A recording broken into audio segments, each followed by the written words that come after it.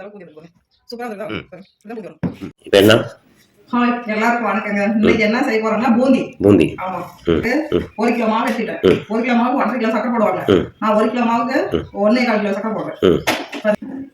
6 litre தண்ணி ஊற்றிட்டேன். First பாவு காய்ச்சணும். சக்கரை போட்டு தண்ணி ஊற்றி பாவு காய்ச்சணும். இப்போ மாவு ஜல்லிச்சு வச்சுக்கிட்டேன்.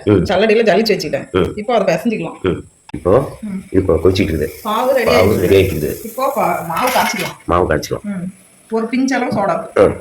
நிறைய இப்போ சேர்த்தக்கூடாது, இதுக்கு கம்மியாக சேர்த்துக்கணும். இது டேஸ்ட்டுக்காக கொஞ்சம் ஒரு சிட்டிக்கு உப்பு. அவ்வளோதான். தண்ணி ஊற்றி பிசைஞ்சிக்கலாம்.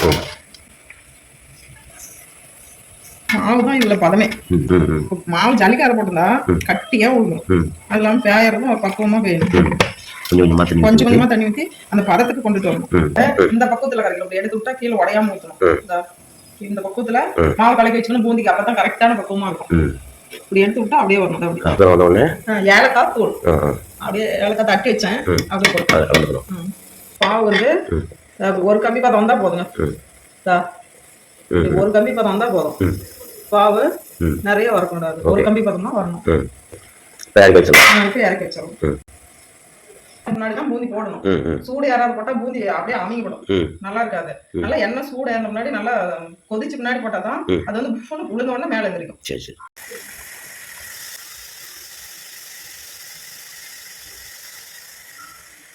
பாருங்க, மொட்டை மொட்டை அழகா பூந்தி வருதுங்க. இந்த பக்கத்துல போட்டீங்கன்னா சூப்பரா பூந்தி இருக்கும்.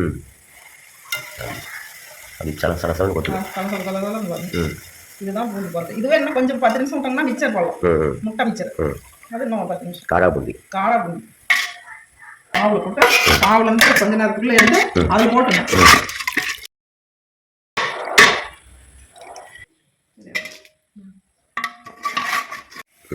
இப்போ இதே மாதிரி எல்லா பூந்தியும் பொரிச்சு எடுத்துக்கலாம்.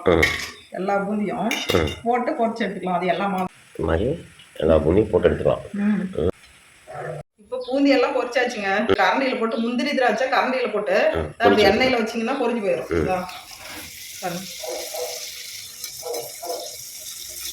அவ்வளோதான். சூப்பராக பொரிஞ்சு போச்சா? இப்போ எடுத்துக்கலாம். அவ்வளோதான். இது பொரிச்சு பூந்தியில கொட்டிக்கலாம். பாருங்க, சூப்பரா